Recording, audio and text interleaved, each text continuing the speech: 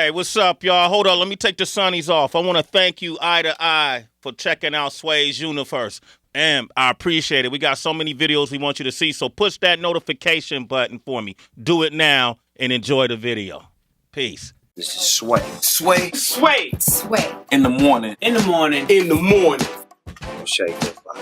Wake your fuck ass up. That crust out your eyes. 17-year-old Russian defeats the two-time champion Serena Williams with an incredible display of power, grace, and maturity beyond her years. And that's where it all began, ladies and gentlemen. And we have her with us today. Tennis legend. Yeah. Hall of Fame. Well, let's not yet. Yeah, well, it's going to happen. It has to happen. Let's slow down. How many Grand Slam titles? 5. 5. Count them. 1, 2, 3, 4, 5. Endorsement deals, top of the list. Out the wazoo. Well, my self-esteem is off the charts this morning. She makes money, ladies and gentlemen. I'll pay my mama bills. Now in America, we say Maria Sharapova. Yes. But if you're in Russia or Siberia, how do they pronounce your last name? Sharapova. Sharapova. Rapa-bum-bum. Welcome her to the show, ladies and gentlemen. Maria. We had it. That's Sway and the I. entrance I want every time I go on any show. Gotcha. Amen. Maria, Sway and I had a debate this morning because I was saying, I think as Americans we pronounce her name wrong. And he said, really? I said, I think so. We'll ask. The pronunciation's a little different, but I'm great with. Actually, my first name is Masha. It's not Maria. Oh. And as I say in the book, I came to the United States and I was like, my name is Masha, and they thought it was Marsha, like the Brady Bunch, and I was like, no, this is not gonna work for me. It's a blonde thing, you know that. This is not happening. So I changed it to Maria. You changed it to Maria. It makes it easier. It's easier to brand that way. She's a branding machine. I didn't like the I didn't like that R. No. You don't like the R? No, I didn't like the R. It didn't make sense. That wasn't my name, so I just got out in front of it. I was reading your book. I've learned so much about you in the book from an early age. When you first received a tennis racket at, what was it, 6? Well, I was 4. 4? Yeah, 4 years of age. Old. And how your family had to migrate over here to the United States. Yeah, I was 6.5. At 6.5 years of age. And I remember in 1986 when the nuclear fallout happened over there at Chernobyl. Chernobyl. And I remember we were thinking over in the States, because we were young, is this nuclear cloud going to come over here and is the world coming to an end? But your family lived in that area. Exactly. They lived 30 kilometers from there, and my parents were originally from Belarus. And when the explosion happened, we were so close to it that my mother was pregnant with me, and they fled to Siberia, and that's the reason why I was born in Siberia, because they moved. They wanted to get out of there. There was not information on Chernobyl. Funky things were happening. Mushrooms were growing 3 times the size. Camera film was overexposed. So a lot of strange stuff. So they were like, okay, well, we have a child on board here. We need to get out. It obviously hit you, because look how tall you are. You like the mushrooms. Well, that's exactly what I said. I was no one in my family's tall. I don't know where it comes from, and here I am. And here you are. Yeah. And it was hard for y'all to get to the States. Like, your mother didn't come immediately, right? No, I didn't see my mom for the first 2 years. We arrived in America. My father had $700, and $700 in Russia could take you to a few places. $700 in Miami airport, not knowing where you're going, what you're doing, not take you anywhere. So it was a challenge. And that was one of the reasons I wanted to write this book, is as I did interviews and answered questions about my upbringing and how I developed this tennis dream with my father and mother. And as I gave answers, no one really believed my story. They're like, that's not true. That didn't happen. I was like, no, actually. So it opened up for more questions. And as I started speaking about it, I felt like it was a really inspiring story for parents, and not just in sport, but the way that I was able to have this connection and really put so many decisions in my parents' hand and give them that trust. And I mean, I was under my dad's wing for the first couple of years without my mom. Your dad was insane. He is insane. You know, Like he's you like- can, I mean, he was like stupid, insane, Yeah. but he ended up being really smart. and it paid off. Literally. He ended up being really smart. You start the book and you go immediately to the doping. The suspension. The suspension, Yeah. right? Yeah.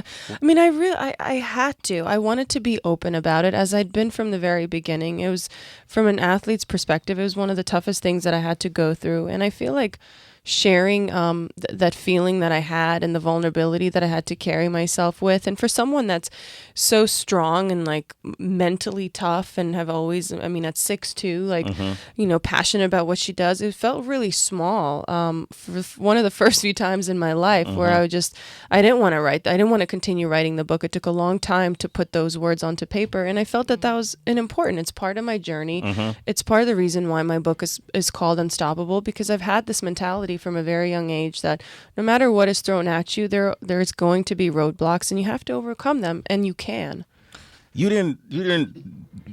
This wasn't illegal on purpose. There was something in Yeah. the medicines that you were taking. Yeah, that this was something that was legal for many years that I had been taking. It was a supplement in Russian, over-the-counter supplement that a doctor had recommended, had legal documentation that it was perfectly safe to take. And then January 1st, 2016, it becomes illegal without my knowledge. I do a test, obviously fail it because it's on the list, and I had no clue what it was. So it was just from one day to another finding myself and away from my sport for the following, the uncertainty of it, of not knowing what I would return. And I think just my return made it that much more special because I was really eager to get back. The ITF didn't give you guys, like, Right. you know, they didn't tell you what to be look out for. This is new on the list. Right. Before you take this piss, you know, they No. That rhymes.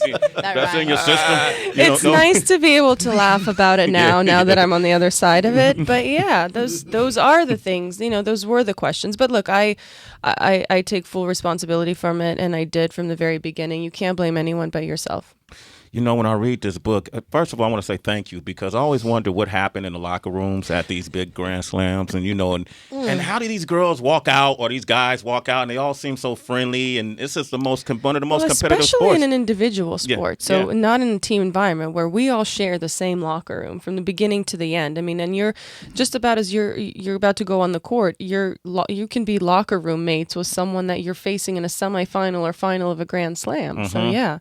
It's tricky business. It's tricky. The way we got, you know, Serena's a good friend of ours. She's Friend been of by the the show. show, She yeah. ate fried chicken with Heather B right here before. Where's my? How you I eat? love fried chicken. We didn't know. Want some fried Serena happened to chicken. come on a day where I cooked, and chicken was on the menu, and she came around the I corner. chose the wrong day. Got the wrong. We Can got you invite me next time? Yeah, we got hot You chocolate got something left over? That's anyway? okay. I'll take hot We got chocolate. water too.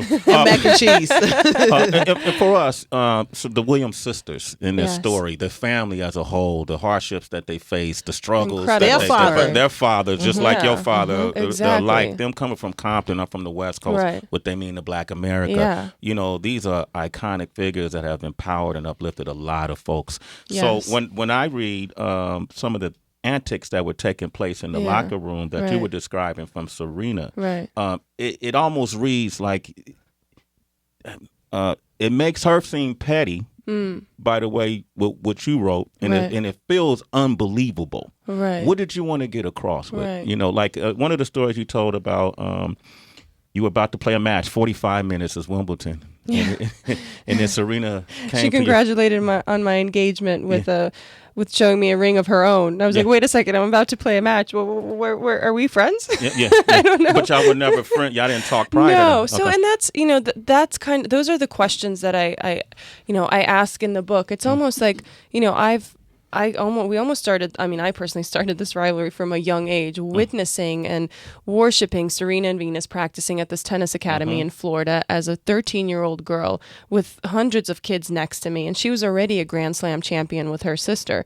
And I, the single thought that I had was I wanted to beat her. And a few years later, I find myself. It was literally as if someone took me and put me into a television screen of facing Serena Williams in a final. And I'm someone that honestly did not belong there. I mean, I had nothing. I was not ready. I was not as tall as I gotten to be. I was far from being as strong or physically capable of competing in 2 weeks, but somehow I was there and I was facing her, and she was intimidating. She was strong. Her presence was there. Her confidence, the confidence that she's played with for so many years. And, so much of it is talked about. And I know that a lot of the headlines, a lot of the excerpts that were chosen from the book have been about Serena. And rightfully so, because so much of it has been talked for years on end. But deep down, there's an incredible amount of respect that I have for her. And one of the things I speak about in the book, it's almost like we should be friends because we understand what it's like every single day, and not just by playing tennis. It's not forehands and backhands, but we know everything that goes with the sport, the pressures, the responsibilities, the sponsors, the professionalism, the press conference, everything that we face. It's almost like we have so many like common factors, and yet we have to be rivals in order to beat each other. You know, we must have that drive against each other, and having her across the net only makes you a better player because her level is on another planet. What is your relationship like off the court? Small talk. Small talk, like smaller than the talk we're having? But I We've think had a pretty lengthy conversation so all far. right now, But I right? think, though, I mean, in all fairness, I guess to both of you guys, you see the greats. You see the Michael Jordans. You've heard the stories about Muhammad Ali's. Right. You hear the stories that when you get on the court with these people, it is all business. They It really almost is. psychologically and mentally take you out of the game. I think it's a tactic. Hey, girl, you got engaged. Look at my ring, too. Right. Now you're fucked up. You can't even go. Like, did she just do this That's to what I me? didn't know. Yeah. In that moment, I was like, "Is that?" I didn't know if like that was her way of saying, "Hey, Maria, like she put I the want hood to on share you. a moment with She you." put the hood on and I was you. like, "Wait a Yeah. second, no, I have to go out and play Wimbledon right now. I can't take this No, seriously." that was Compton at its That's finest. Compton. Yeah, that's because she put the hood on you, Maria. You didn't even know what happened. No, but Bring out of my face. the other thing I have a problem with is we're constantly ranked against each other. So in sport, that's understandable, like our championships and the face-offs and our records. But off the court, in terms of money and what we make and popularity, that should not be ranked. I think that should be linked, and that I think that's where I, face a little like I conflict with myself a little bit on that because I want her to be successful off the court. If there's anyone that deserve it in women's tennis, it's her, That's Serena and it Williams. only makes our sport that much better. It only gives all of us that much more excitement and credibility by having her do well. What role do you think, if any? No, that's not even bullshit. What role do you think race plays in these endorsement deals? Why someone who has been ranked as high as she has for so many years makes so much less than others? I hope that it does not. And that's because there's so many elements that go. Being part of a brand partnership is based on your results and your work ethic and what you did. And she's at the top of that list. But she's been doing incredible. I mean, I've seen her on TV during the U.S. Open and ads and commercials, and she wasn't even competing this year. And I mean, how many Grand Slams? It's incredible. 20 something. Yeah, it's incredible. Yeah, So yeah. So, but do you hope that it doesn't? But do you think that it does play a role in it? It's so hard to say. Yeah. It's really hard to say. I don't think it does. I think she's an intellectual. She's a powerhouse. She's an incredible athlete. She's dedicated. She's now a mother. I mean, there's no reason why it should. But on the Forbes list that just came out, on the list of highest paid tennis players, she's ranked last, even with other people, male counterparts, I guess, who are ranked lower than her, but are still making more than her in endorsements. So it's kind of hard when you see numbers like that to think, like, what the hell is going on? I mean, do we trust those numbers? Let's Do see, we dude. really? Like, who has? Like, I don't think anyone from Forbes has my bank account information. So Your team. They get honest. Mayweather right. They get Mayweather right. Mayweather Mayweather show tells you his you. well, money. because they're he's like It's right there. It's a Show check. me the money. $100 million right there. That's the check. he Right? just throws it up in the air, and there go the $100 bills. I mean, we see it, we count them. Number one again, bitch. That's so true. You know what I was thinking about when you were talking about how sometimes there's the pressures of popularity, and I feel that across the board in whatever space of entertainment, sports is clear intersection. As a woman, do you feel like the beauty standards come into play even on the court, because when it comes to popularity, a lot of times if a woman looks a certain way and the outfits are always a big talk, and a lot of men are like, oh, all of the grunts, you know what I mean? Right. It plays into it, and you can end up in a Beyonce video off of the popular, you know what I mean? The sexy. But you gotta want to have that. You like there. I think it's a choice. Like, of course, like confidence comes into play with that. Like, I want to look good when I'm out there. It makes me feel confident and strong. Like, yeah, I want to be. I want to look good, definitely, and I want to be badass. So Okay. Makes All right. sense. I don't have a problem with the outfits personally. Yeah. Of course Why you would don't, you? Sway. No. I mean, why would you? No, I like Nadal in his shorts. Oh, See, y'all didn't see? Equal opportunity short watcher. You recently won. When you won your match at the recent U.S. Open, you seemed very emotional about Yes. it. You fell to your knees, you were crying and everything, and it almost seemed like you were more emotional about this win than when you won Wimbledon. And I don't know if maybe that it just meant more, being that it was kind of your comeback match. I mean, did you want to? I think you never know what emotions you're going to show. I knew that from the second I saw the draw and I was going to be facing the number 2 player in the world, I knew how tough it was going to be. I knew that it was most likely going to be a primetime match at the U.S. Open. Happened to be after the opening ceremony on Monday night. It was a very emotional match itself. I played great tennis considering I hadn't been competing beforehand. So I think everything just came out, and I just realized that I knew why I was putting in all the work, and to be able to look on the side and just see my team there who's been through everything the last couple of years. I think that was very meaningful. Yeah, and when I read the book, I feel like you're telling us that you're in your final chapter. This is the final run. Do you feel that way, or how many years you plan to continue to play? I did feel that way a few years ago. Okay. There's definitely a sense of I don't know if my body will be able to handle the wear and tear of what I do consistently, to do it tournament after tournament, year after year. And I didn't know if I would have the desire. And I've gained a whole new appreciation of what the body can still do, of how much passion, I mean, the work has also shifted a little bit. It has definitely become quality over quantity. Their exercise, I mean, there's less weights involved. There's just less time. You can do a lot more in a short period of time. You can be more efficient.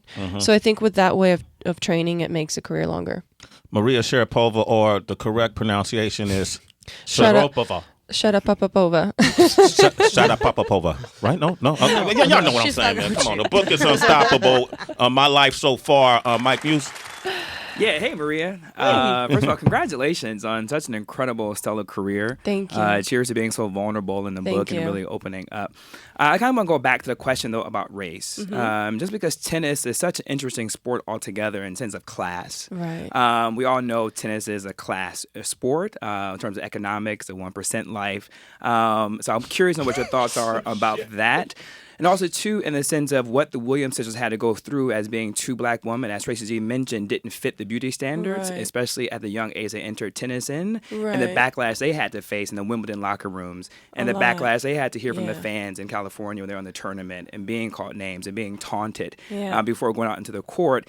And how does that square with race? I know you said you don't think race has to do with endorsements, Right. but who advocates for race then? Because what the Williams sisters did was they advocated for female tennis players to be paid equally Right. to what the men did. So they advocated for women's They equality. did, yeah. So who was Wow. advocating for race when we all know that race is a fact in Right. tennis? Well, I think the greatest part of that is that they understood what they were up against and they took on the challenge. And that to me is one of the greatest gifts that they are able to bring to the sport, is to give this chance for others to come up and say, you know what? Yeah, I'm African American and I will have a chance. I might not have my family doesn't have experience, does not have money, but neither did Serena, neither did Venus, neither did their parents. And look where they got themselves to. So, I mean, their story is incredible, and they've, just like Billie Jean King really paved the way for us to make any money at this day and age. And Venus did an incredible job of getting us towards equal prize money. So after this book, now, eventually you guys are Back gonna, to tennis. Back to tennis. Yes. You guys are going to cross paths at one point. Absolutely. Yeah. I'm assuming she didn't know what you were going to write about her in this book. No. How do you plan to confront that at all? Like just any conversation? Absolutely. Yeah. Yeah. One-on-one. Can y'all do that here on this show when that happens? I want to be. You want me to moderate the discussion? Nah. It's crazy.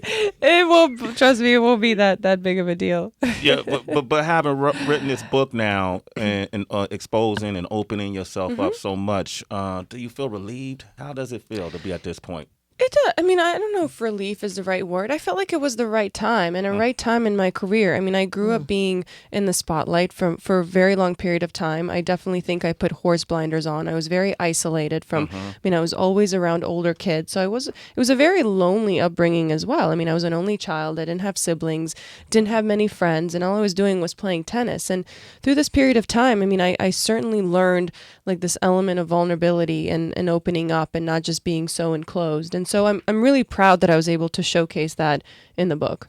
What kind of person are you towards the other tennis players? Like, are you friendly with them or?